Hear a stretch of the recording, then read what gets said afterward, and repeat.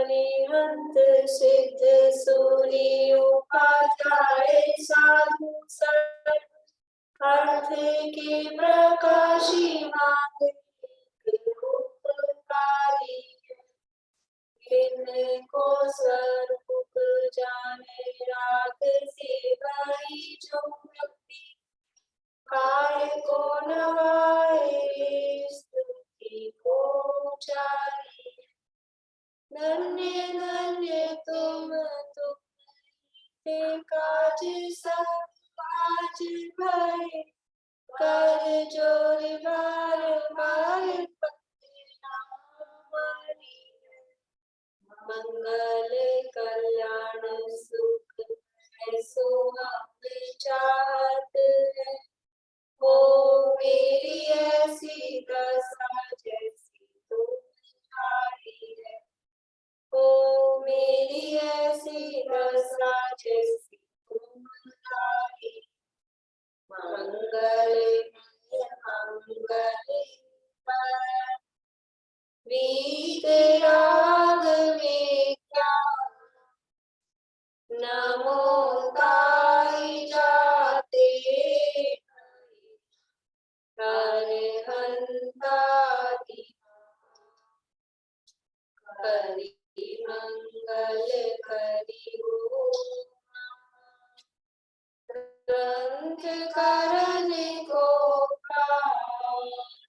जाते मिले समाज कावे निज पति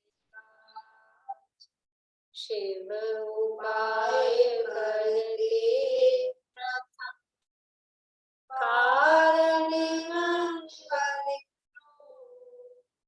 विघ्न विनाशक सुख कर नमो शुद्ध शिव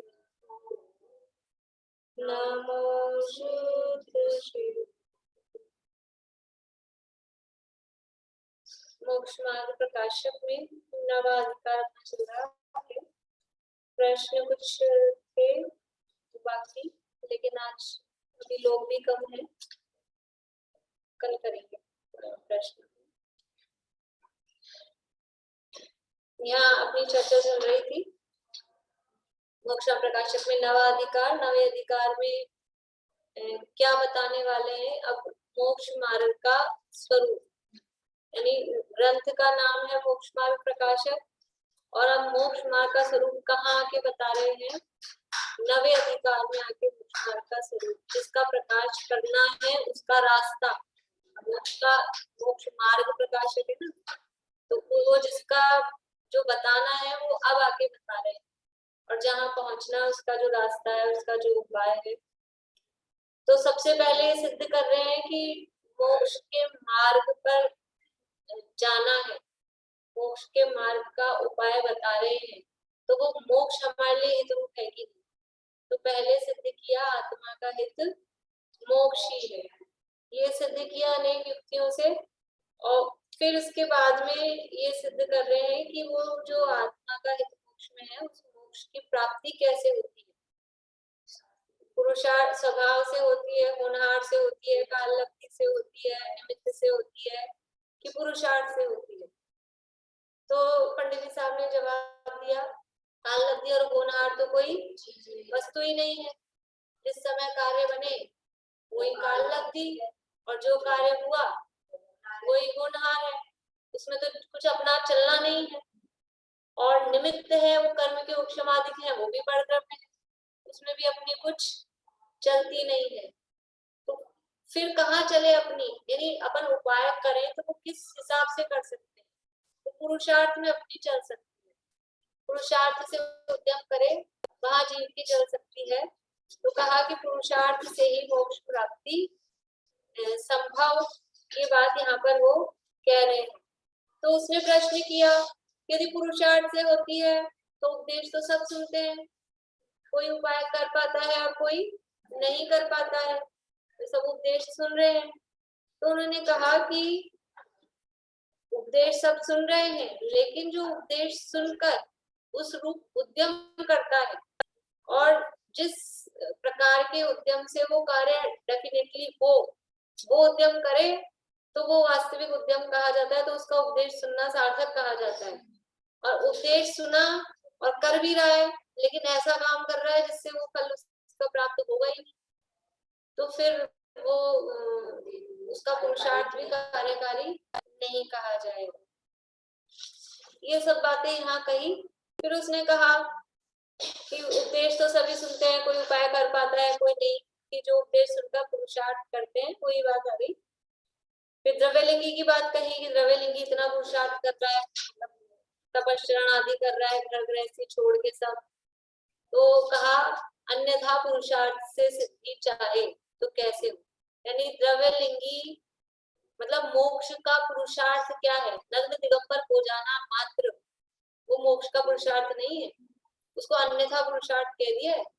यदि असली सही पुरुषार्थ क्या है जिससे मोक्ष नियम से हो, क्या है वो?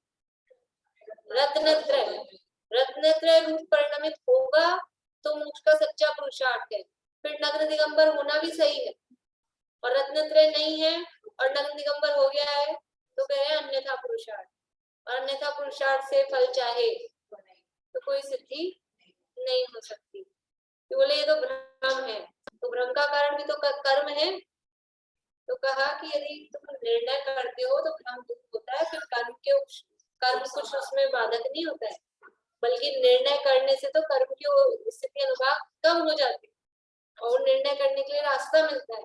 क्योंकि कर्म का उदय तीव्र हो रहा था तो ऐसा लग रहा था हम कुछ नहीं कर पा रहे, लेकिन जब हम निर्णय करने में बुद्धि लगाते हैं तो अपने आप ही कर्म छट जाते हैं। क्या उदाहरण लिया था अपन ने? वो काई अपने आप ही छट जाती है, उसी तरह से। फिर बोला कि निर्णय करने में उपयोग नहीं लगता, उसका भी तो कारण कर्म ही है, उसका भी तो कारण कर्म ही है।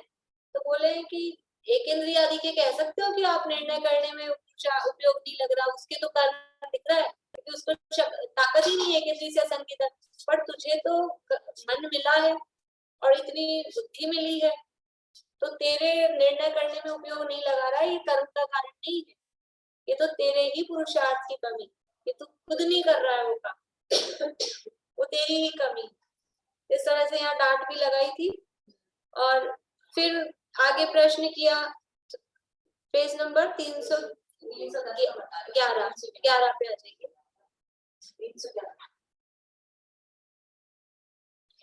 फिर उसने कहा कि आप कह रहे हो तो ठीक है, लेकिन वो कर्म का उदय होता है, उसी से तो भाव कर्म होते हैं, फिर वो जैसे भाव करते हैं वैसे वापस से कर्म का उदय आ जाता है। तो इस तरह से तो ये परंपरा चलती रहती है, मोक्ष का उपाय कैसे बने? तो पंडित जी साहब ने जवाब दिया कि हमेशा जैसा कर्म का बंद हो रहा है वैसा ही उदय आए, जैसा उदय आ रहा है वैसा ही वापस से बंद हो, ऐसा नियम नहीं है। ऐसा ही नियम हो तो बिल्कुल फिर तो सेम ही स्थिति है ना, फिर परिस्थितियों में बदलाव ही नहीं होगा, सम्यक दर्शन नहीं हो, और फिर क्योंकि जिसके जैसा उदय आया उसके वैसे ही भाव होंगे और जैसे भाव हो रहे हैं उसके वैसा ही बंद होगा। तो जैसी स्थिति है अनादि, मतलब एक जीव हमेशा एक सा ही रहेगा, फिर ये कभी राजा, कभी रंक, कभी चींटी, कभी हाथी, कभी मनुष्य, कभी देव, ये स्थितियां कैसे बनेगी? फिर तो एक सी हो जाएगी, क्योंकि जैसा उदय आया वैसे भाव हो रहे हैं, वैसे भाव हो रहे हैं, फिर बंद हो रहा है, बंद हो रहा है, उदय आ रहा है, उदय आ रहा है, फिर बंद हो रहा है, फिर तो बदलाव ही नहीं हो सकता है। इसलिए कर्म का बंद और उदय सदाकाल समान होता रहे तब तो ऐसा ही है, परंतु परिणामों के निमित्त से। 311 पेज पे नीचे से दूसरा पैराग्राफ, परंतु परिणामों के निमित्त से पूर्वबद्ध कर्म के भी उत्कर्षण अपकर्षण संक्रमण आदि होने से उनकी शक्ति हीनाधिक होती है, इसलिए उनका उदय भी मंद तीव्र होता है। उनके निमित्त से नवीन बंध भी मंद तीव्र होता है। तो अभी वर्तमान में जो उदय आ रहा है वो उदय भी मंद तीव्र होगा, और फिर जो बंद होगा वो बंद भी एज इट इज सेम हो ऐसा नहीं है, और उदय भी जैसा कर्म बंधा है वैसा ही उतने ही शक्ति के साथ अपने अनुभाग के साथ उदय में आए, ऐसा नहीं है। और जितने अनुभाग के साथ उदय में आया है उतना ही अनुभाग फिर से बंधे, ऐसा नहीं होता। वो राजा ऋषभ देव ने मतलब समझ पशुओं को 13 घंटे भोजन नहीं मिला, तो उनको भी 13 घंटे भोजन नहीं मिलना चाहिए था। 13 घंटे का आता है, 13 मिनट तो आपकी कम होते हैं, 13 घंटे का ही आता है। मतलब अभी आपकी आवाज नहीं आ पाएगी आज, मैं स्पीकर लाना भूल गई, आप लोगों की आवाज मुझे नहीं आ पाएगी, इसीलिए मैंने प्रश्नोत्तर भी नहीं किया। वो इसमें इसका अंदर का स्पीकर खराब है, वो मैं बाहर लगाना भूल गई स्पीकर। ऐसा कुछ खास बात नहीं, वो तो कुछ ऐसा ही है। अभी मम्मी जी ले आएंगे, मैंने फोन कर दिया। तो क्या कह रहे थे, हाँ, राजा ऋषभदेव ने 13 घंटे मतलब पशुओं को आहार में वो विघ्न हुआ उनके निमित्त से, तो फिर वैसा ही कर्म बनना चाहिए था, 7 घंटे, 7 घंटे का नहीं, 5 घंटे, अलग अलग 6 घंटे नहीं, क्योंकि वो 13 महीने ऐसा कहते हैं ना, 13 घंटे उन्होंने विघ्न डाला तो 13 महीने उनको आहार नहीं मिला, वो 13 से 13 की मैचिंग होती है। अंजना की भी ऐसी आती है कि 22 सेकंड के लिए वो प्रतिमा को उसने दर्शन नहीं करने दिए, तो 22 साल, तो फिर 22 सेकंड ही पति को विमुख रहना चाहिए था ना, फिर जैसा कर्म किया वैसा ही बनना चाहिए था उतना ही, तो उनको भी 13 घंटे ही नहीं मिलना चाहिए था, तो 13 घंटे तो वैसे भी कोई 24 घंटे हो जाते। और अंजन सबके साथ मतलब जो भी पुराणों में इस तरह की कहानियां आती है कि पिछले भाव में इसने ऐसा किया, अगले भाव में इसके साथ ऐसा हुआ, तो एज इट इज सेम होना चाहिए था, लेकिन ऐसा नहीं होता। ये तो अन्य मती भी कहते हैं, किसी का अपन ने 10 रुपया इस भाव में मान लो दबा लिया, तो वो लाख को चुकाने पड़ेंगे, 10 रुपए नहीं चुकाने पड़ेंगे, पूरा ब्याज से चुकते हैं। ब्याज तो दुनिया में ब्याज तो लगता ही है, तो कर्म भी ऐसे कैसे, जैसा बंदा है वैसे ही उदय में आएगा, जैसा उदय में आया वैसे बंदेगा, ऐसा थोड़ी ना होगा। इसलिए वो सदा काल एक साथ हो, एक समान होता रहे ऐसा तो है नहीं। परिणामों के निमित्त से पूर्वबद्ध कर्म के भी उत्कर्षण अपकर्षण संक्रमणादि होने से उनकी शक्ति हीनादिक होती है, इसलिए उनका उदय भी मंद तीव्र होता है। उनके निमित्त से नवीन बंध भी मंद तीव्र होता है, इसलिए संसारी जीवों को कर्मोदय के निमित्त से कभी ज्ञानादि बहुत प्रकट होते हैं, कभी थोड़े प्रकट होते हैं, कभी रागादि मंद होते हैं, कभी तीव्र होते हैं, इस प्रकार परिवर्तन होता रहता है। वहां कदाचित संगी पंचेंद्रिय पर्याय प्राप्त की, तब मन द्वारा विचार करने की शक्ति हुई। 311 पेज पे लास्ट पर है। तथा इसके कभी तीव्र रागादिक होते हैं, कभी मंद होते हैं। वहां रागादि का तीव्र उदय होने से तो विषय कषायादि के कार्यों में ही प्रवृत्ति होती है। ये अपन ने पढ़ लिया था, लेकिन मैं विषय के लिए बहुत लंबा गया ना, तो अपने को ख्याल में आ जाए। मैं ही नहीं पढ़ पाई, तो मुझे नहीं लगता कि और भी किसी ने पढ़ा होगा इसलिए मैं तो मतलब वही यात्रा में थी ना, तो वहां कदाचित संगी पंचेंद्रिय पर्याय प्राप्त की, तब मन द्वारा विचार करने की शक्ति हुई। तथा इसके कभी तीव्र रागादिक होते हैं, कभी मंद होते हैं। वहां रागादि का तीव्र उदय होने से तो विषय कषायादि के कार्यों में ही प्रवृत्ति होती है, यानी तीव्र रागादि का उदय, तीव्र रागादि को मतलब अपन दूसरे शब्द कह सकते हैं, तीव्र रागादि, रागादि को दूसरा शब्द क्या कह सकते हैं, कषाय। बहुत बड़ी राग आदि मतलब राग और द्वेष, राग द्वेष का दूसरा नाम कषाय है। यानी देखो तीव्र राग आदि बोलने पर अपने को ऐसा नहीं लगता, और तीव्र राग आदि, तीव्र कषाय तो ऐसा लगता है कि कषाय मतलब क्या, कषाय तो क्रोध ही दिखता है, लेकिन वो राग रूप जो भी है वो भी तो कषाय ही है ना। माया, लोभ, हास्य, रति, ये सब भी तो कषाय ही है वेद के उदय। तो वो अगर तीव्र है तो तीव्र होने पर विषय कषायादि के कार्यों में प्रवृत्ति होती है। तथा राग आदि का मंद उदय होने से पाए उपदेश आदि का निमित्त बने और स्वयं पुरुषार्थ करके उन उपदेश आदि में उपयोग को लगाए, तो धर्म कार्यों में प्रवृत्ति हो। देखो तीव्र उदय है राग आदि का, तब तो कोई उसके पास ऑप्शन ही नहीं। कषाय का तीव्र उदय है तो विषय कषाय में लगा हुआ है, लेकिन कषाय का उदय मंद है, तो पहला तो शर्त ये, कषाय का उदय मंद है और फिर उपदेश मिल गया, दूसरी बात, और फिर कह रहे हैं स्वयं पुरुषार्थ करके उपदेश आदि में उपयोग लगाए। ये तीसरी बात, मतलब इसमें है कंडीशंस। अकेले आपको रागादिक मंद हुए लेकिन उपदेश ही नहीं मिला, रागादिक मंद हुए उपदेश मिला लेकिन बुद्धि नहीं लगाई, आगे उपयोग ही नहीं लगा, फिर काम नहीं चलेगा। इसलिए रागादि का मंद उदय होने से पाए उपदेश आदि का निमित्त बने और स्वयं पुरुषार्थ करके उन उपदेश आदि में उपयोग को लगाए तो धर्म कार्यों में प्रवृत्ति हो, और निमित्त न बने, वह स्वयं पुरुषार्थ न करे तो अन्य कार्यों में ही प्रवृत्त है।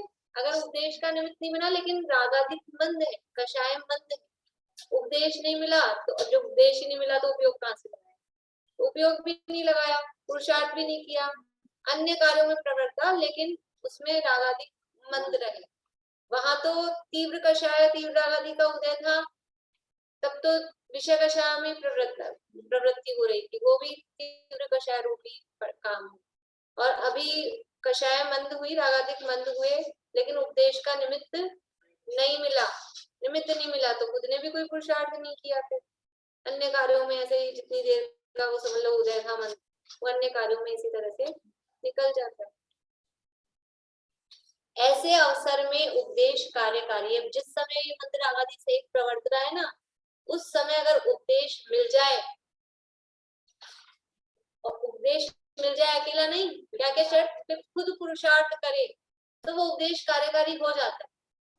उपदेश तो सब सुनते हैं, किसी को काम करता है किसी को नहीं करता है। जैसे कोई दवाइयां होती ना, तो दवाई तो सब लेते हैं, किसी को असर करती है किसी को नहीं करती, क्या कि उसके साथ भी कंडीशंस होती हैं, कोई उसमें श्रद्धा भी, और वो आपकी शरीर, आपकी बॉडी, आप किस तरह की मतलब उससे खेलने की, उससे लड़ने की, उसको काम करने की क्षमता कैसी है, उस हिसाब से होगा वो अंदर का पुरुषार्थ है, मतलब बॉडी। किसी को एलर्जी हो जाती है उसी दवाई से वही दवाई एलर्जी कर जाती है, रिएक्शन कर जाती है। इसलिए उपदेश से एलर्जी हो जाती है, उपदेश से रिएक्शन हो जाता है, उपदेश दे रहे हैं कुछ समझ लेता है कुछ, ऐसा होता है। लेकिन जब मंद कषाय है, देखो मंद कषाय तीव्र कषाय रूप प्रवृत्त रहा है, तब तो एक ही काम है, विषय कषाय में ही लगा है। लेकिन यदि उसकी मंद कषाय रागादिक मंद है, मंद कषाय मतलब रागादिक मंद है, तो दो ऑप्शन है, एक तो उपदेश मिले, और उपदेश मिले और वो पुरुषार्थ कर ले तो कुछ काम हो जाए, और दूसरा ऑप्शन ये है कि कषाय तो मंद है लेकिन उपदेश नहीं मिला, ऐसे ही टाइम पास कर रहा है मंद कषाय में अन्य कार्यों में, तो भी अगर ऐसे अवसर में उसको उपदेश मिल जाए तो वो कुछ काम कर का उपदेश हो,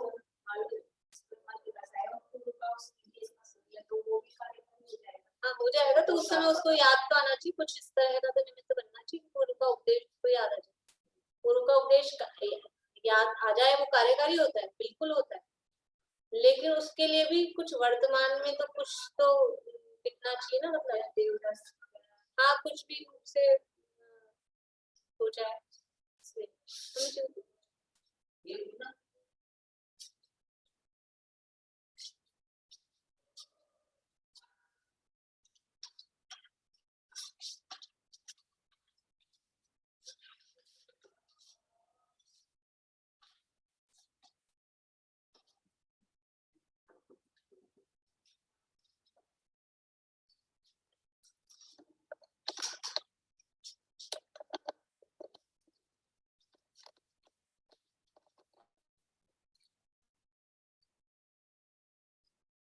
अब कोई कुछ बोलिए, ममता अभी आप बोलिए, आवाज आ रही।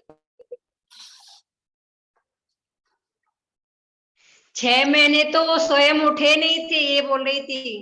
हाँ नहीं उठे नहीं थे, लेकिन टोटल 13 महीने हो गए थे ना, टोटल उनको मिला नहीं था, टोटल मिला के 13 महीने गिनते ना, 7 महीने 8 दिन तक आना, टोटल 13। हाँ लेकिन 6 महीने तो वो स्वयं ही नहीं उठे थे ना, इसलिए उसको उसमें काउंट नहीं करेंगे। 6 घंटे का बांधा था उसका, उन्हें छूट गया था 6 घंटे तक के लिए। ठीक है, जैसे भी मानो, जो भी है बंद उदाहरण। ठीक,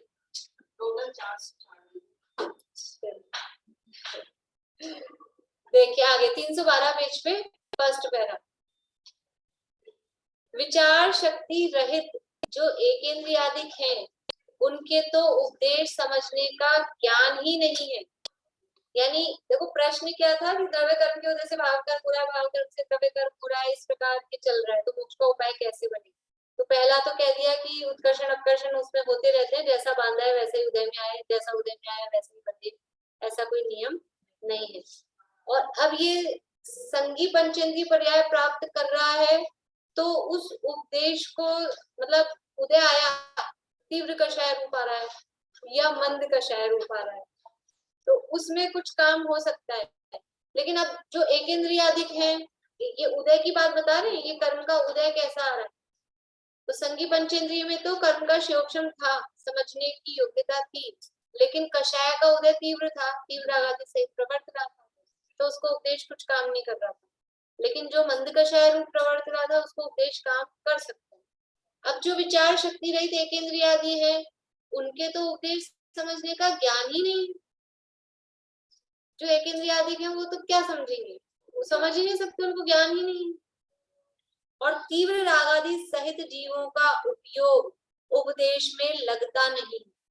देखो कितने जीव उसमें से छट गए, एक इंद्रिय से असैनी पंचेंद्रिय तक पूरे आउट हो गए, क्योंकि उनमें तो ज्ञान ही नहीं है, वो तो समझते ही नहीं है। अब बचे सैनी पंचेंद्रिय, सैनी पंचेंद्रियों में जो तीव्र कषाय सहित है, तीव्र रागादि सहित है, उनका उपयोग उपदेश में लगता नहीं। तो पंचेंद्रियों में, सैनी पंचेंद्रियों में भी तीव्र रागादि सहित वाले वो अलग हो गए।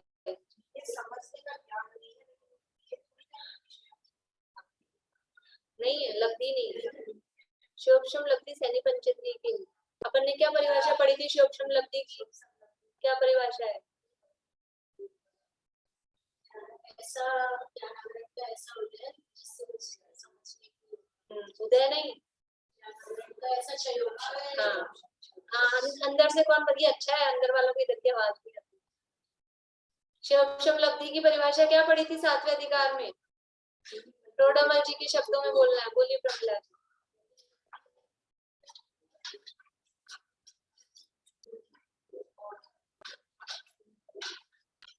बोलिए, अनम्यूट नहीं हो रहा,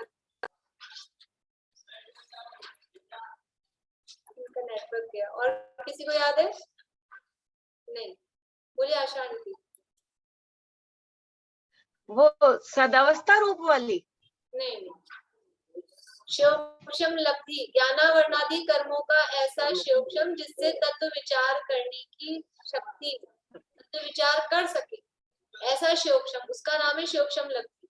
तो यहाँ प्रश्न ये पूछ रहे थे कि एकेंद्रिय को शिवक्षम लब्धि कहेंगे कि नहीं कहेंगे। एकेंद्रिय को शिवक्षम लब्धि नहीं है, क्योंकि उसको ज्ञानावरणादि कर्मों का शिवक्षम तो है, पर ऐसा शिवक्षम जिससे तत्व विचार कर सके, वो एकेंद्रिय को नहीं है, वो संगी पंचेंद्रिय को ही हो सकता है। संगी पंचेंद्रियों में भी समझ लो बिल्कुल लब्धि तो उस समय की जो कर सक रहा है, कर पा रहा है, मंद हाँ, तब लब्धि कहलाएगी। शिवक्षम, शिवक्षम सबको है अनादिकाल से सभी चीज। तो विचार शक्ति रहित जो एकेंद्रियादिक है, उनके तो उपदेश समझने का ज्ञान ही नहीं है, और तीव्र रागादि सहित जीवों का उपयोग देश में लगता नहीं है। इतने जीव तो छट गए, एकेंद्रिय से असैनी तक, और संगी में भी तीव्र रागादि सहित। इसलिए जो जीव, अब कौन है, मतलब उपदेश किसके लिए कार्यकारी है, जो जीव विचार शक्ति सहित हो, यानी सैनी पंचेंद्रिय हो, तथा जिनके रागादिक मंद हो, रागादिक मंद हो मतलब लब्धि की भाषा में कहें तो इसकी लाइन को, हाँ, जो जीव विचार शक्ति सहित हो, यानी शिवक्षम लब्धि हुई, और जिनके रागादिक मंद हो, ये विशुद्धि लब्धि हो गई। और फिर तीसरा है उन्हें उपदेश के निमित्त से ये देशना लब्धि और धर्म की प्राप्ति हो जाए, तो समझ लो ये प्रायोग कारण इसमें ले लें तो उनका भला हो। ये लब्धियां आ गई, बिल्कुल समझ में आ रही है, अपन ने तो पढ़ ली ना ये 5 लब्धियां। जो जीव, इसलिए जो जीव 312 पेज पे फर्स्ट पैरा है, इसलिए जो जीव विचार शक्ति सहित हो तथा जिनके रागादिक मंद हो, उन्हें उपदेश के निमित्त से धर्म की प्राप्ति हो जाए, तो उनका भला हो तथा इसी अवसर में पुरुषार्थ कार्यकारी है। यानी तत्व विचार की शक्ति हो, रागादिक मंद हो, ये अवसर है। अभी हमको क्यों बोलते हैं कि हमको अवसर, सब अवसर मिले हैं, अवसर चूकना योग्य नहीं है, यदि अवसर चूका तो ये अवसर है। क्यों है? क्योंकि हमको तत्व विचार करने की शक्ति भी है और हमारे रागादिक मंद है। कैसे पता रागादिक बैठे रागादिक तीव्र होते, उन्होंने कह दिया ना कि यदि रागादिक तीव्र होते हैं तो विषय कषाय रूप ही प्रवर्तता है। हम घर में नहीं बैठे हैं टीवी देखने, अभी अभी तो स्वेटर पहने हैं, थोड़ा थोड़ा शॉल उड़ा है, अभी रजाई में घुस के भी बैठे, रजाई में घुस के भी बैठे रहेंगे। बेला भाभी अगर घर में बैठ के सुनोगे कल से तो रागादिक तीव्र हो जाएगा, यहाँ आ जाना, ठीक है ना।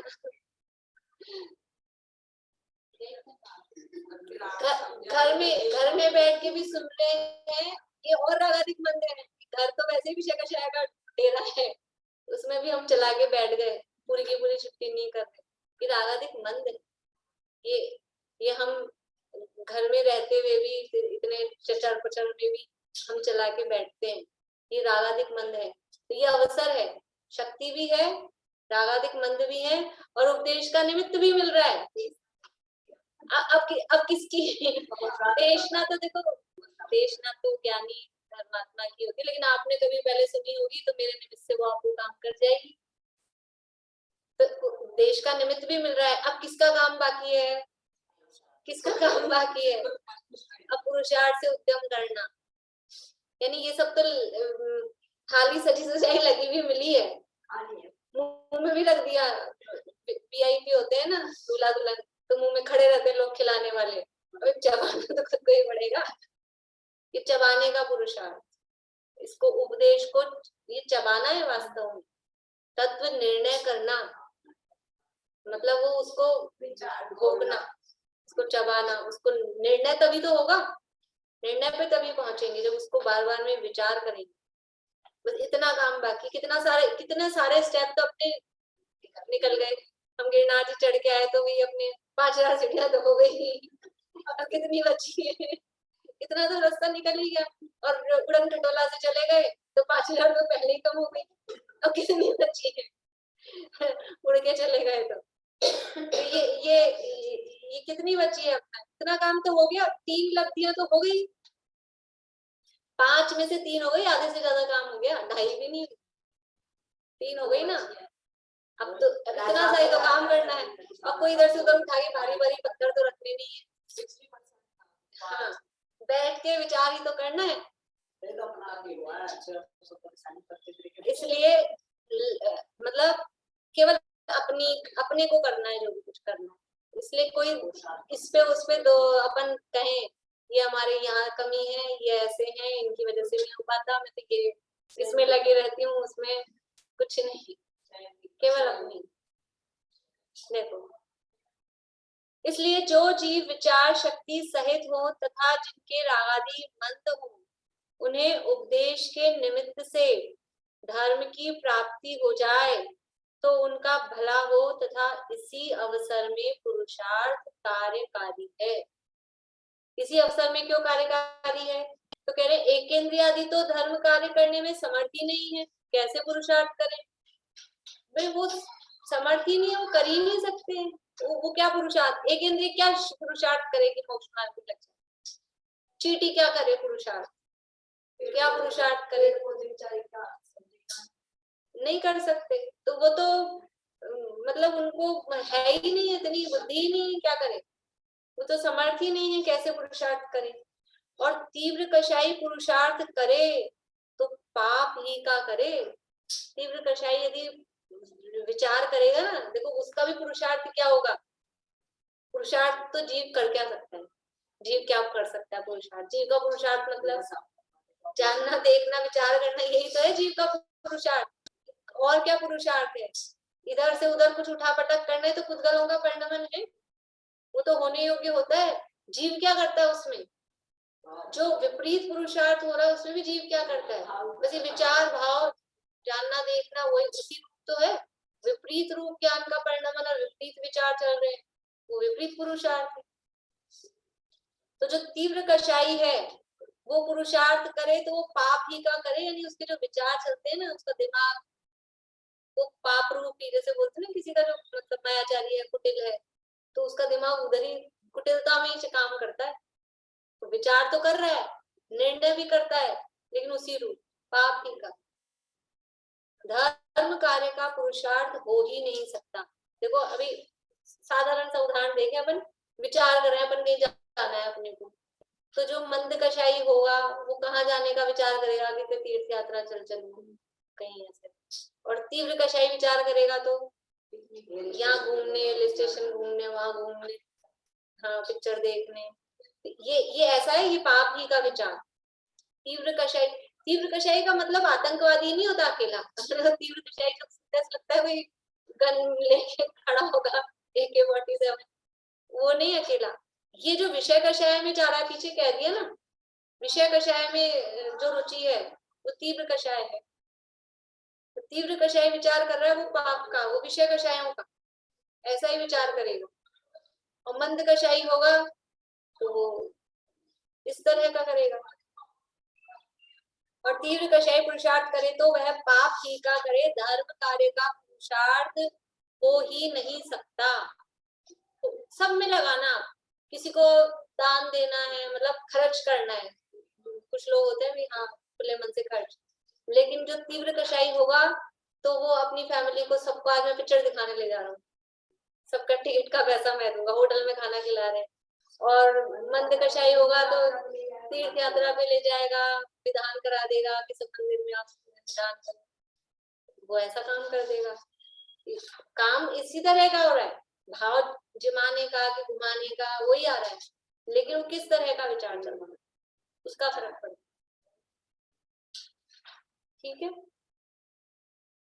इसलिए जो विचार शक्ति सहित हो और जिनके रागादि मंद हो, वह जीव पुरुषार्थ से, उपदेश आदि के निमित्त से तत्व निर्णय आदि में उपयोग लगाए तो उसका उपयोग वहां लगे और तब उसका भला हो। वही वाले पॉइंट आ गए, विचार शक्ति सहित हो मतलब क्षोक्षम लब्धि, रागादिक मंद हो विशुद्धि लब्धि, वह जीव पुरुषार्थ से उपदेश आदि के निमित्त से, तो ये देशना हो गई। और ये जो पुरुषार्थ है तत्व निर्णय आदि में उपयोग लगाने का, ये समझ लो प्रायोगिक लब्धि, क्योंकि उसमें विचार चलता है प्रायोगिक लब्धि में, चिंतन विचार, तो वहां उसका उपयोग लगे तो उसका भला हो, फिर करण लब्धि प्राप्त हो जाए तो फिर तो हो गया काम। और क्या, करण लब्धि में पहुंचते तो फिर तो ऑटोमेटिक लग गया लाइन। यदि इस अवसर में भी तत्व निर्णय का पुरुषार्थ न करे, प्रमाद से काल गंवाए, या तो मंद रागादि सहित विषय कषाय के कार्यों में ही प्रवर्ते या व्यवहार धर्म कार्यों में प्रवर्ते। देखो क्या कह रहे हैं, यदि इस अवसर, ये जो अवसर मिला है कि विचार शक्ति सहित है, रागादि मंद है, उपदेश का निमित्त भी मिल गया, पुरुषार्थ कर सकते हैं। अब इस अवसर में भी तत्व निर्णय करने का पुरुषार्थ नहीं किया, रागादिक मंद है, विचार करने की बुद्धि है, लेकिन क्या कर रहा है, प्रमाद से काल गंवा रहा है, किसी से लड़ाई झगड़ा कुछ नहीं, बैठे घर में आराम से, कोई किसी से कोई झगड़ा टंटा कुछ नहीं, कुछ किसी को दिन भर में ऐसे भी नहीं कि अभी बैठे हैं केवल आधा घंटे, हमेशा ही आराम से जो बना जो मिला जो खा लिया, जो पैसे कुछ उसमें ना नकर नहीं, लेकिन तत्व निर्णय का पुरुषार्थ नहीं करता, उस प्रमाद से काल गंवाता है। तो या तो प्रमाद से काल गंवाए या तो मंद रागादि सहित विषय कषायों के कार्यों में प्रवर्ते। ये जैसे अभी कहा, अभी मंद रागादि सहित है, अपने बैठे हैं शांति से, खाना पीना खा रहे हैं, बहुत लोग होते हैं ऐसे दुनिया में, जॉली नेचर है, हंसमुख है, हंसते रहते हैं, धर्म मंदिर याद कहो वो नहीं करेंगे, लेकिन ऐसे नहीं कि कोई क्रोध की तीव्रता हो, कि मान की तीव्रता हो, कि माया की तीव्रता हो, कि लोभ की तीव्रता हो, ऐसा कुछ नहीं, मंद कषाय सहित रहते हैं। या तो ऐसा करते हैं या फिर थोड़ा इधर रुझान हो तो व्यवहार धर्म कार्यों में ही प्रवर्तते हैं, बस पूजा कर ली, आ गए, पूजा कर लिए, थोड़ी देर व्रत उपवास, थोड़े कुछ वो कर लिए, थोड़ा प्रवचन आदि सुन लिए, बस ये मान के अपना हो गया। यानी निर्णय करने की शक्ति हुई थी, रागादि मंद हुए थे, ये उपदेश का अवसर भी मिला, तो भी खाली अगर हमने ये हम आ गए इस लाइन में कि खाली पूजा करके, दर्शन करके, प्रवचन सुन के और इसमें ही अपना टाइम निकल गया। विचार करना बहुत जरूरी है, तत्व विचार करते हैं तो निर्णय होता है, बिना विचार के निर्णय नहीं हो सकता। निर्णय करने के लिए विचार करना अत्यंत आवश्यक। अब यहाँ ये मोक्ष का पुरुषार्थ कैसे हो, मोक्ष का उपाय कैसे हो, कि मोक्ष का उपाय कोई और दूसरा नहीं लाके देगा, खुद को ही विचार करना पड़ेगा। कभी कभी ऐसा होता है ना, कोई डिसीजन लेने होते हैं, अब सामने वाला आदमी आपको ऑप्शन रख देगा, कुछ कर देगा, अब निर्णय तो अपने को ही करना है, ये चीज लेनी है, ये चीज लेनी है, ये तो निर्णय अपने को ही करना है, तो तत्व निर्णय। और विचार करने पर ये लूं कि ये लूं, दो चीजें अपने पास में, तो अपन विचार करते हैं ना, भाई ये लेंगे तो क्या क्या काम आएगी, ये लेंगे तो क्या क्या काम आएगी, ये कहाँ कहाँ आएगी, ऐसा होता है। तो वो विचार करें तो फिर निर्णय पे पहुंचते हैं, नहीं ये ज्यादा काम आएगा, ये ले लो। यहाँ पर भी इसी तरह से विचार करें। यदि इस अवसर में भी तत्व निर्णय करने का पुरुषार्थ न करे, प्रमाद से काल गंवाए, या तो मंदरागादि सहित विषय कषाय के कार्यों में ही प्रवर्ते या व्यवहार धर्म कार्यों में प्रवर्ते, तब अवसर तो चला जाएगा और संसार में ही भ्रमण होगा। अवसर चला जाएगा, ऐसा होता है ना, कभी अपने को कहीं गए, 1 घंटा मिला है कहीं, मान लो कुछ भी, एक उदाहरण भी इस तरह का आता है कि एक कोई गरीब आदमी था और उसको राजा ने कह दिया 1 घंटे तक खजाना खोल दिया कि तू 1 घंटे तक जितना लूटना चाहे लूट ले। तो वो 1 घंटे में बस ये देखूं, ये लूंगी, वो लूंगी, ये वो, उसी में ज्यादा वैरायटी होती ना। हमारे साथ हुआ था, हम लोग गए सिंगापुर, तो वहाँ इतनी बड़ी बड़ी, पहले अपने तो होती ही नहीं थी, बहुत साल पुरानी बात है, तो वो ऐसा लगा पहले एक बार देख तो ले क्या क्या है, और देखने में पता लगा कितने घंटे गुजर गए, कुछ नहीं खरीद पाए, टाइम ही निकल गया कि अब चलो वापस चलने का समय हो गया। पहले अपन को लगता है देख तो ले, तो बस ये अवसर चला जाएगा, खाली अपनी इसी कामों में प्रवृत्ति। अब ऐसा होता है एग्जाम में, पेपर होता है ना, तो शुरू में तो आते हैं 1-1, 2-2 नंबर वाले क्वेश्चन, फिर आगे बड़े बड़े आते हैं 5 नंबर वाले, 10 नंबर वाले, बच्चों के स्कूल के एग्जाम में समझ लो। तो 1 नंबर वाले प्रश्न को हल सॉल्व करने में आपने आधा घंटा लगा दिया, और फिर और उसको और छोटे छोटे 1-1, 2-2 नंबर वाले में आपने 3 घंटे में से 2-2.5 घंटे तो उसी में लगा दिए। और आप क्या करोगे, तो सर अब ये बड़े बड़े जो ज्यादा नंबर के क्वेश्चन थे उसमें क्या करेंगे, कैसे लिखेंगे, उसको 2-2 लाइन में सलटा रहे हैं फिर, तो ये अवसर चला जाता है, टाइम तो अपने पास लिमिटेड है, क्या करें। तो इस अवसर, यदि इस अवसर में भी तत्व निर्णय का पुरुषार्थ न करे, प्रमाद से काल गवाए, या तो मंदिरागादि सहित विषय, मतलब वो प्रमाद से काल गवाए, ये उसके 2 टाइप बता रहे हैं, प्रमाद से काल गवा रहा है 2 टाइप से, या तो विषय कषाय में प्रवर्त रहा है, ये भी प्रमाद से काल गवा रहा है, या व्यवहार धर्म कार्यों में प्रवर्त रहा है, ये भी प्रमाद से काल गवा रहा है। ये कौन लिख सकता है ये ऐसी बात कि व्यवहार धर्म कार्यों में प्रवर्त रहे हैं, ये प्रमाद है। हाँ, पूजा पाठ, व्रत उपवास, ये व्यवहार धर्म कार्य, दया दान, ये सब इसी में सीमित है।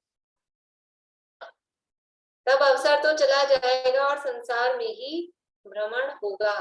तथा इस अवसर में जो जीव, देखो पहले एक टाइप के जीव बता दिए, देखो पहले तो सारे जीवों में से छांट लिए थे, एक केंद्रीय से असैनी तक को निकाल दिया, और सैनी में भी तीव्र कषाई को अलग कर दिया। अब ये जो आए हैं विचार शक्ति सहित और रागादि मंद, इसमें भी जो इस अवसर में प्रमाद से काल गंवा रहे हैं उनको भी हटा दिया।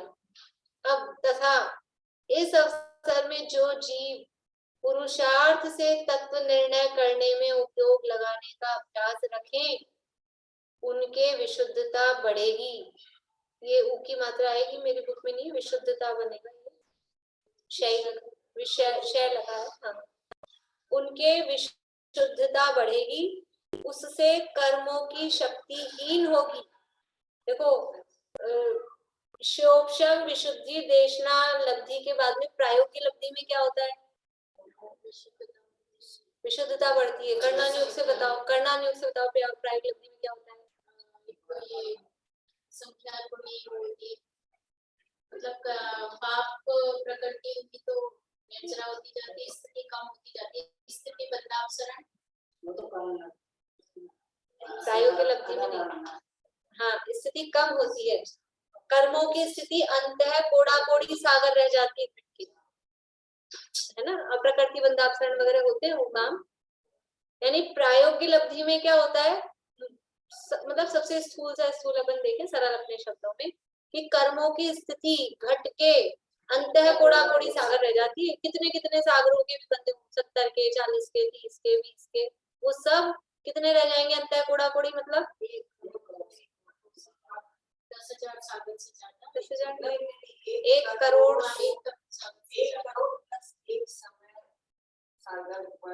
हाँ 1 करोड़ सागर से अधिक और 1 कौड़ा कोड़ी सागर के अंदर, ये है अंतः कोड़ा कोड़ी। इतनी कम रह जाती है, 20 कोड़ा कोड़ी की 1 कोड़ा कोड़ी रह गई, ऐसा 70 कोड़ा कोड़ी कैसे हाँ प्रायोगिक लब्धि से तो छूट जाती है। तो देखो यहाँ कह रहे हैं, इस अवसर में जो जीव पुरुषार्थ से तत्व निर्णय करने में उपयोग लगाने का अभ्यास रखे, तो ये तत्व निर्णय करने में उपयोग लगाने का जो अभ्यास है ये हो गया प्रायोगिक लब्धि। तो क्या होगा, उसकी विशुद्धता बढ़ेगी, उससे कर्मों की शक्ति हीन होगी। ये विशुद्धता बढ़ी ना, तत्व निर्णय करने में उपयोग लगाया तो अपने आप विशुद्धता नहीं बढ़ेगी, तो लग ही नहीं रहा था ना उपयोग, उधर जा रहा था, प्रमाद से काल गंवा रहा था। यानी व्यवहार धर्म कार्यों में उतनी विशुद्धता नहीं जितनी विशुद्धता यहाँ निर्णय करने में। व्यवहार धर्म कार्यों में विशुद्धता कहाँ थी, उसको तो आउट कर दिया, प्रमाद से काल गंवा रहा है। जब निर्णय करने में उपयोग लगाने का अभ्यास कर रहा है तो विशुद्धता बढ़ती है, उससे कर्मों की शक्ति हीन होती है। ये सब काम कैसे हो रहा है, वो ऑटोमेटिक हो रहा है। जीव क्या कर रहा है, पुरुषार्थ क्या हो रहा है, केवल निर्णय करने, और ये कर्मों में ये सब अपने आप हो रहा है। कुछ काल में अपने आप दर्शन मुख का उपशम होगा। यानी बुद्धि पूर्वक जीव का काम क्या है, जीव का काम तो बुद्धि पूर्वक तत्व विचार और तत्व निर्णय, यही है। अभी कर्मों की शक्ति हीन होती है, उपशम होता है, ये सब अपने आप ऑटोमेटिक होता है। कर्म में अपनी थोड़ी ना चलती है, अपनी अपने में चलती है। तो अपना पुरुषार्थ अपने में, अपने को क्या करना है, विचार करना है, विचार ही तो कर सकता है।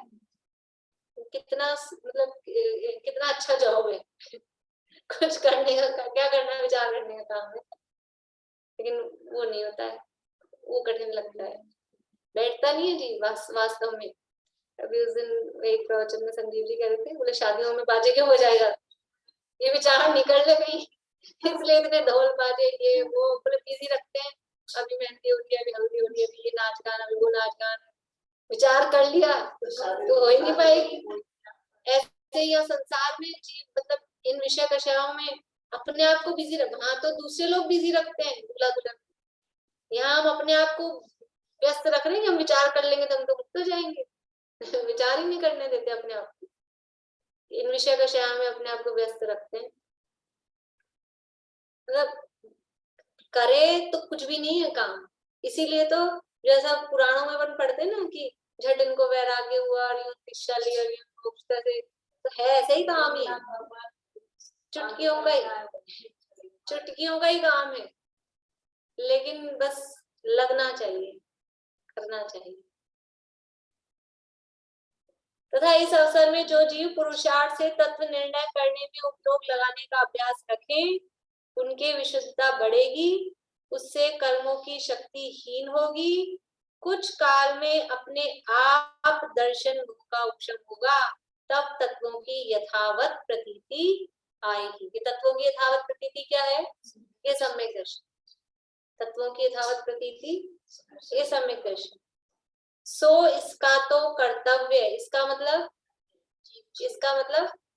अपना, मेरा, जीव का, इसका तो कर्तव्य तत्व निर्णय का अभ्यास ही है। इसी से दर्शन मोह का उपशम तो स्वयं होता है। वो पूछ रहे थे मोक्ष का उपाय किससे होगा? दर्शन मोह के उपशम आदि से होगा, किससे होगा? दर्शन मोह का उपशम तो स्वयं होता है। मतलब बात वही है, उसी को बता रहे, उसी पे केंद्रित है बिल्कुल। यानी जब इसका तो कर्तव्य तत्व निर्णय का अभ्यास ही है, इसी से दर्शन मोह का उपशम तो स्वयं होता है, उसमें जीव का कर्तव्य कुछ नहीं है। दर्शन मोह का उपशम करने के लिए क्या करने जी? हम, तुमको खुश नहीं करना है उसमें, तुम तो इधर करो, अपने में करेंगे तो उधर अपने आप होता है, स्वयं होता है, उधर कुछ नहीं करना है। इसमें जीव का कर्तव्य कुछ नहीं है तथा उसके होने पर जीव के स्वयमेव सम्यक दर्शन होता है। ये जो दर्शन मोह का उपशम हुआ, तो दर्शन मोह के उपशम होने पर क्या होता है? अपने आप ही स्वयमेव ही सम्यक दर्शन होता है। और सम्यक दर्शन होने पर श्रद्धांत तो यह हुआ कि मैं आत्मा हूँ, मुझे राग आदि नहीं करना। ये तो हो गया श्रद्धांत, मैं आत्मा हूँ और मुझे राग आदि नहीं करना। ये भाषा, मतलब भाषा ही कमजोरी करने वाली भाषा है। मुझे करना नहीं करना, मतलब मेरे, हाँ, मतलब राग आदि मेरा कुछ है ही, स्वभाव ही मुझ में होते ही नहीं, ऐसा श्रद्धांत, अंदर से विश्वास तो ये हो गया। परंतु चारित्र मोह के उदय से रागादिक होते हैं, करता नहीं है वो, चला के नहीं करता है, लेकिन होते हैं। जैसे ऐसे होता है ना, कभी कभी हिचकी आती है, आवाज आती है, हिचकी आई होगी ना सबको, हिचकी में आवाज आती है, तो आप आवाज क्यों निकाल रहे हो जी? हम निकालना थोड़ा चाहते हैं, वो अपने आप आती है। ऐसे ही वो सम्यक दृष्टि जीव, वो रागादिक करना नहीं चाहता। श्रद्धांत तो यही है, रागादिक करने योग्य नहीं है। मैं तो आत्मा हूँ, मैं तो शुद्ध आत्मा हूँ, ये रागादिक मेरे है नहीं, ये करने योग्य भी नहीं, लेकिन फिर भी होते हैं। हाँ, चारित्र मोह के उदय के कारण होते हैं।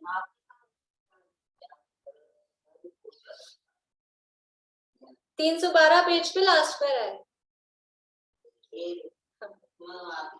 तथा उसके होने पर जीव के सम्यक स्वयं सम्यक दर्शन होता है, और सम्यक दर्शन होने पर श्रद्धांत तो यह हुआ कि मैं आत्मा हूँ, मुझे रागादिक नहीं करना। परंतु चारित्र मोह के उदय से रागादिक होते हैं। देखो, होते हैं और करना फर्क है। करने में उसका कर्तृत्व आता है और होने में वो चाहता नहीं है, होता है।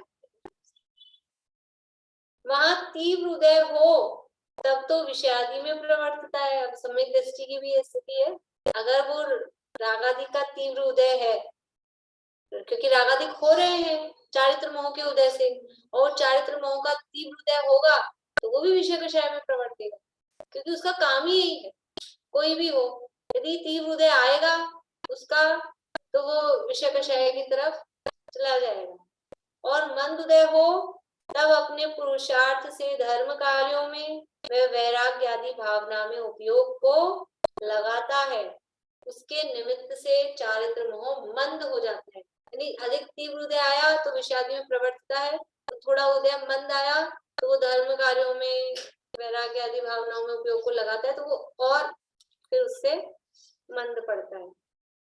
उसके निमित्त से चारित्र मोह मंद हो जाता है। ऐसा होने पर देश चारित्र व सकल चारित्र अंगीकार करने का पुरुषार्थ प्रकट होता है। मतलब धीरे धीरे वो मंद मंद मंद धर्म कार्यों में इसमें लग रहा है, और मंद होता जाता है, मंद होता जाता है, तो फिर उसको देश चारित्र प्रकट करने की अथवा सकल चारित्र प्रकट करने की भावना उसको होती जाती है।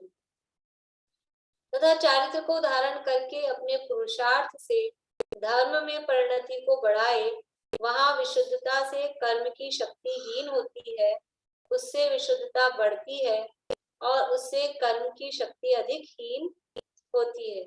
इस प्रकार क्रम से मोह का नाश करे तब सर्वथा परिणाम विशुद्ध होते हैं, और उनके द्वारा ज्ञानावरणादि का नाश हो तब केवल ज्ञान प्रकट होता है। तो पूरा पूरा क्रम बताया है कैसे कि पहले दर्शन मोह का उपशम तो स्वयं होता है, पहले ऊपर कहा था, फिर अभी चारित्र मोह बचा हुआ है, उसके उदय से रागादि हो रहे हैं, तो कभी विषयादि में प्रवर्त रहा है, और जब उसका मंद उदय आ रहा है तो फिर धर्म कार्यों में प्रवर्त रहा है, तो उससे उसका उदय और मंद होता जा रहा है, फिर मंद हो रहा है, उदय शैल सकल चैत रूप प्रवर्त रहा है, तो विशुद्धता और बढ़ रही है, और फिर और बढ़ रही है विशुद्धता, तो कर्म की जो शक्ति थी, कौन से कर्म की, चारित्र मोह की, इस चारित्र मोह की और शक्तिहीन हुई, तो फिर और शक्तिहीन हुई तो और विशुद्धता बढ़ रही है। ऐसे करते करते क्रम से वो मोह का नाश हो जाता है पूरा। दर्शन मोह का पहले हो गया, चारित्र मोह का भी नाश करता है, और ये दर्शन मोह का नाश करे तब सर्वथा परिणाम विशुद्ध होते हैं। अभी यहाँ विशुद्ध शब्द का क्या अर्थ है, यहाँ विशुद्ध शब्द का क्या अर्थ है? इस प्रकार क्रम से मोह का नाश करे तब सर्वथा परिणाम विशुद्ध होते हैं। हाँ, ऑप्शन देती हूँ। विशुद्ध का अर्थ यहाँ पर शुभ वाली विशुद्धि है कि शुद्ध वाली विशुद्धि है? शुद्ध वाली। देखो ऐसे विशुद्ध, वैसे जो ऊपर विशुद्धि थी ना, विशुद्धि लब्धि और जो है, वहां विशुद्ध का अर्थ है शुभ भाव रूप, और यहाँ सर्वदा विशुद्ध कहा है, तो यहाँ शुद्ध। सबको पकड़ में आ गया, सबका जवाब सही था, लेकिन मतलब फिर भी एक उसको ऐसा नहीं है कि अपन अकड़ के चमके चिपके कि इसका विशुद्ध का अर्थ तो वही होता है, ऐसा नहीं। सबको भाव तो समझ में आ गया था, सबका जवाब भी सही था। विशुद्ध होते हैं मतलब शुद्धोपयोग वाला, शुद्ध भाव वाला विशुद्ध, क्योंकि मोह का सर्वथा नाश हो गया ना, तो उससे परिणाम सर्वथा विशुद्ध होते हैं, और उनके द्वारा ज्ञानावरणादि का नाश हो, वही हो गया मोहश्याच और ज्ञान दर्शनावरणांतराय श्याच। पहले मोह का नाश होगा, उसके बाद में ज्ञानावरणादि का नाश होगा, तब केवल ज्ञान प्रकट होता है। पश्चात वहां बिना उपाय आघाती कर्म का नाश करके शुद्ध सिद्ध पद को प्राप्त करता है। सिद्ध बना दिया पूरा। यानी क्या करना है, केवल तत्व निर्णय का पुरुषार्थ करना है, उसके बाद सारा कार्यक्रम अपने आप होगा, ज्यादा कुछ करने का उसमें है नहीं। और सिद्ध, ये तो फिर तो कह रहे हैं आप बिना उपाय घाती कर्म का नाश करके, तो उपाय नहीं करना है, बिना उपाय घाती कर्म का नाश करके शुद्ध सिद्ध पद को प्राप्त करता है। इस प्रकार उपदेश का तो निमित्त बने और अपना पुरुषार्थ करे तो कर्म का नाश होता है। उपदेश का निमित्त बनता है, और फिर क्या करना है, खुद को पुरुषार्थ करना है। पुरुषार्थ क्या करना है, कितनी ईंटें उठा के भर के रखनी है, केवल विचार और निर्णय, यही काम करना है। तो सारी प्रक्रिया बता दी। दर्शन मोह का उपशम समय होगा, चारित्र मोह का भी नाश होगा, फिर घातिया कर्मों का भी नाश हो जाएगा, और अघातिया का भी नाश हो जाएगा, और सिद्ध बन जाएगा। इतना सा काम अपने को करना है। इस प्रकार से हम सब ये पुरुषार्थ करें, विचार करें, निर्णय करें, निर्णय तक पहुंचे। इसी बात से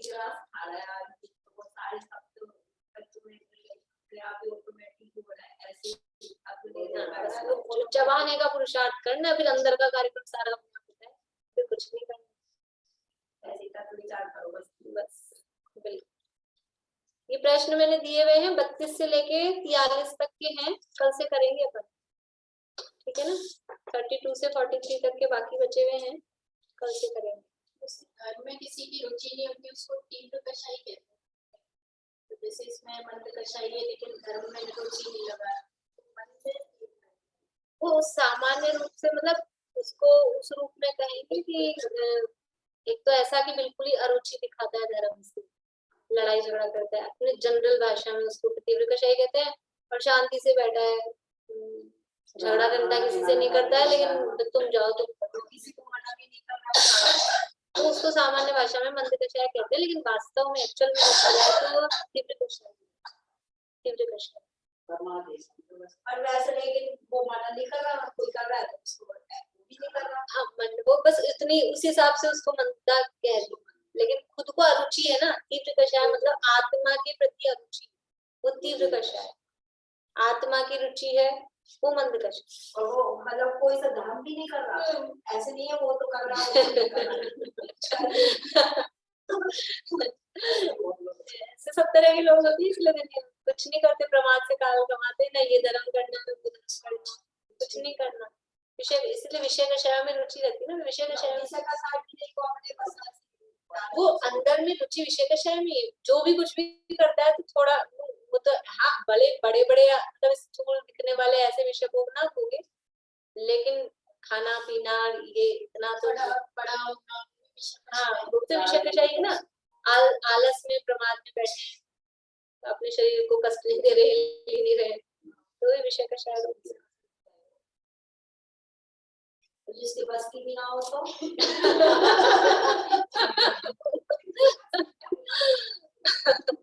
बस की नहीं हो, देखो बस की तो शरीर की नहीं होती, मन की आपकी तत्वित निर्णय करने की शक्ति, तो वो तो बस की तो एक इंद्रिय आदि की नहीं है।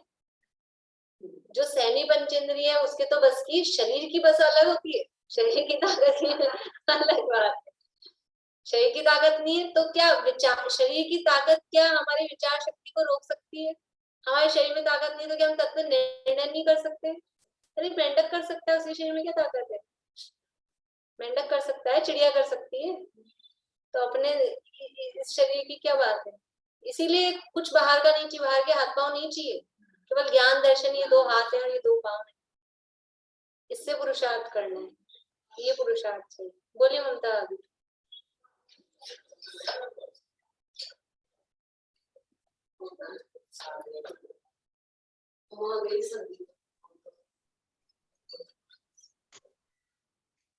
बाबूजी कहते हैं ना, जिसको मूंगफली छील के खानी आती है वो वेद ज्ञान कर सकता है।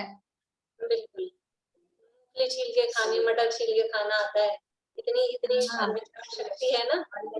बंदर भी छील के खाता है, इतनी विचार शक्ति है। लेकिन विचार शक्ति के लिए हमको शरीर की ताकत की जरूरत नहीं है, अंदर आत्मिक बल होना चाहिए, अंदर से खुद को, जिसे बोलते हैं ना विल पावर, वो होनी चाहिए। पहाड़ पे, गिरनार जी के पहाड़ पे चढ़ पाएंगे कि नहीं चढ़ पाएंगे? अगर विल पावर है तो चढ़ पाओगे, पहले से आप घबराओगे कितनी सीढ़ियां हैं तो फिर नहीं चढ़ पा सकते। तो विल पावर चाहिए, इसलिए ये भी विल पावर मतलब अपनी आत्मिक शक्ति, विचार शक्ति, और वो हमारे बस में है, शरीर से कुछ फर्क नहीं पड़ता है। आपने सोचा ना आप विचार बोलिए आशा आंटी।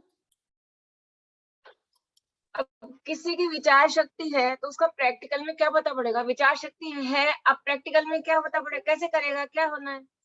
ये होना है ना, ये तत्व विचार का मतलब है कि जीव को जाने, पुतल को जाने, आश्रव बंध संवरण, ये तो जानता है, पढ़ने से जान गया। नहीं ये तो जानना, फिर ये आप जानना नहीं है, ये शब्दों में जानना है।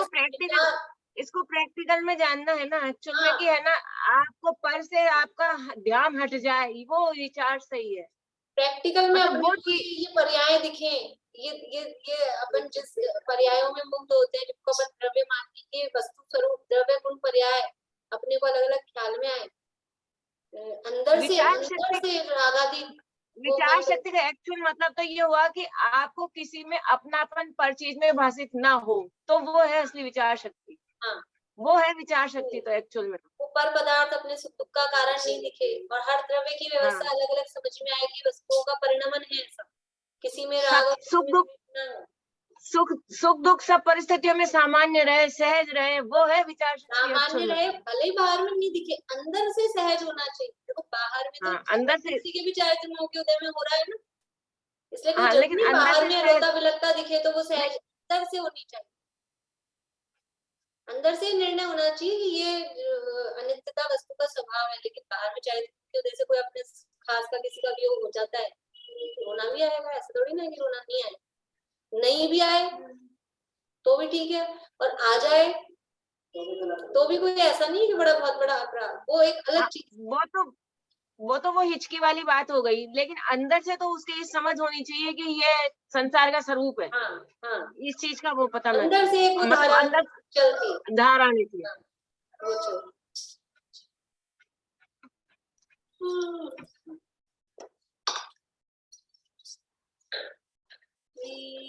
हिमाचल के